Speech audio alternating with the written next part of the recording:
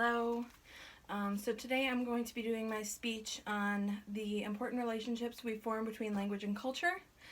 And the main aspects I will be covering is the relationships between language and culture, language and gender, and language and technology. So let's dive right in. My first topic, of course, is language and culture, which language and culture they go hand in hand. Language affects everything we do. Our culture definitely affects our language. Any culture affects language. Culture is pretty much the backbone of any language that you hear. Culture is super important for language and communicating. It's what we need. So I have a little YouTube video on language and culture. Recently in my lab and other labs around the world, we've started doing research, and now we have actual scientific data to weigh in on this question. So let me tell you about some of my favorite examples. I'll start with an example from an Aboriginal community in Australia that I had a chance to work with. These are the Cook Thaayorre people. They live in Pomporao at the very west edge of Cape York. And what's cool about Cook Thaayorre is in Cook Thaayorre they don't use words like left and right.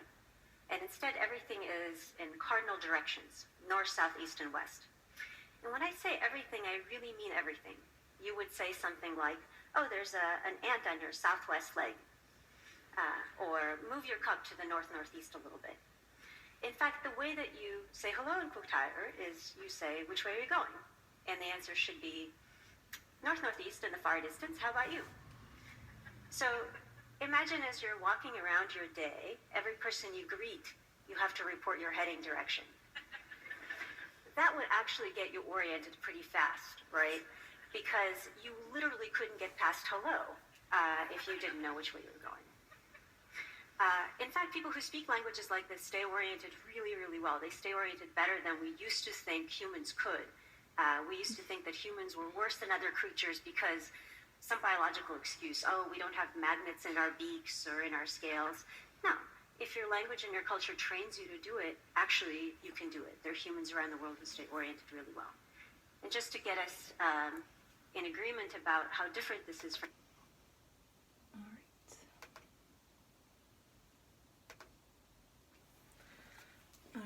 And I think that video shows in depth deeper and describes deeper how language truly impacts us. Not language, sorry. How culture truly impacts us. It makes us who we are, and it makes us speak the way we speak and, talk the way we talk. It's just so important for anybody and anywhere. So next, I am going to talk about language and gender. And when it comes to language and gender, the ways in which we grow up drastically affect our language and the way we communicate. Take, for example, as little girls, most of us tend to play with baby dolls, Barbies, we play house. And in turn, we tend to speak more softly and more sensitive and more caring. That's called speaking feminine. And then it also shows for boys. Boys, they play in the mud, they wrestle, they race trucks, they play video games. So in turn, as they grow up, their language becomes more competitive, more assertive, aggressive, as you might say. And this is all because of how we grow up and the gender that we grow up in. So gender drastically affects the way we speak to one another as we grow up. It tells us if we speak more feminine or masculine. So it is super, super important for our language. And the relationship between gender and language just is undescribable. It's immaculate. So, and this statistic shows men and women and why they would learn a language. And as you can see, for the men, they clearly, both genders see learning a language as a growing experience. But men and women, when it comes to work, men tend to think of it more for work, for their career, and women tend not to. And I just thought this was a really neat visual to show the difference between men and women and learning a language. So I thought that was pretty neat. My next topic is going to be language and technology. Now, language and technology, oh my gosh. Technology has changed our language so much in the past 30 years. With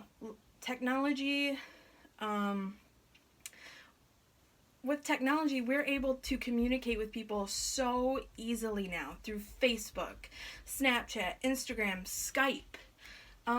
And, you know, it's just kind of made us who we are and the way we talk now. It's impacted it so much. Technology, of course, though, like take, for example, Twitter. You can only have so many words in your Twitter, in your tweet. And so that forces us to speak with acronyms and word fragments. And in turn, that kind of hurts our language. It hurts us when we speak like that. We don't sound as intelligent as what we would if we would use the full word, the full sentence. But of course, technology has limited us to not a whole lot, which, you know, is not a good thing for our language. So, I also have a little video.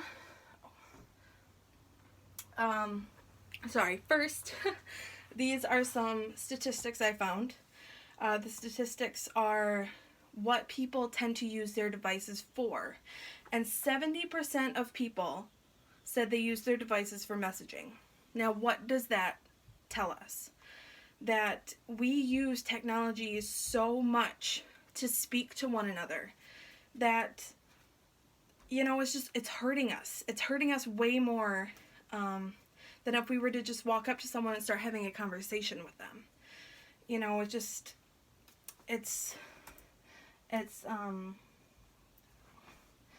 and I also have a little video on technology and One of the things I've seen over and over in my work is that folks say technology in ways that don't really cohere, don't have a kind of common philosophical underpinning. Typically they mean things that have an on-off switch. That doesn't get us very far.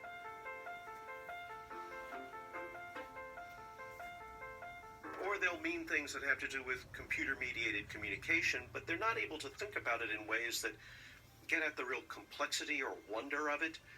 Typically, in my work, I've found that faculty and students, unfortunately, can often use the word technology when what they really mean is the way we communicate and collaborate as human beings via this electronic mediation.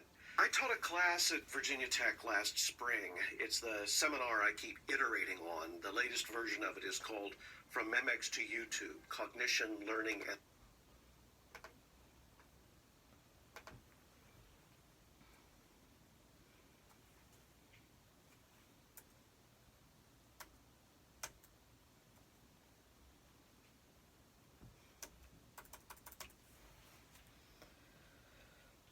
Sorry, computer's a little slow. Oh, sorry, that's my last slide. I apologize. Alright, so language and our lives go hand in hand. The ways in which we communicate with each other is influenced by everything around us and every single thing that we do.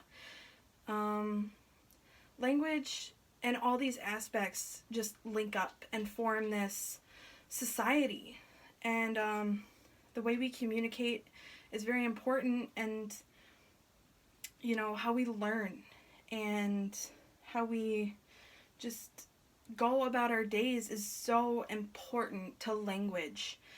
And you know, it's just it makes us who we are.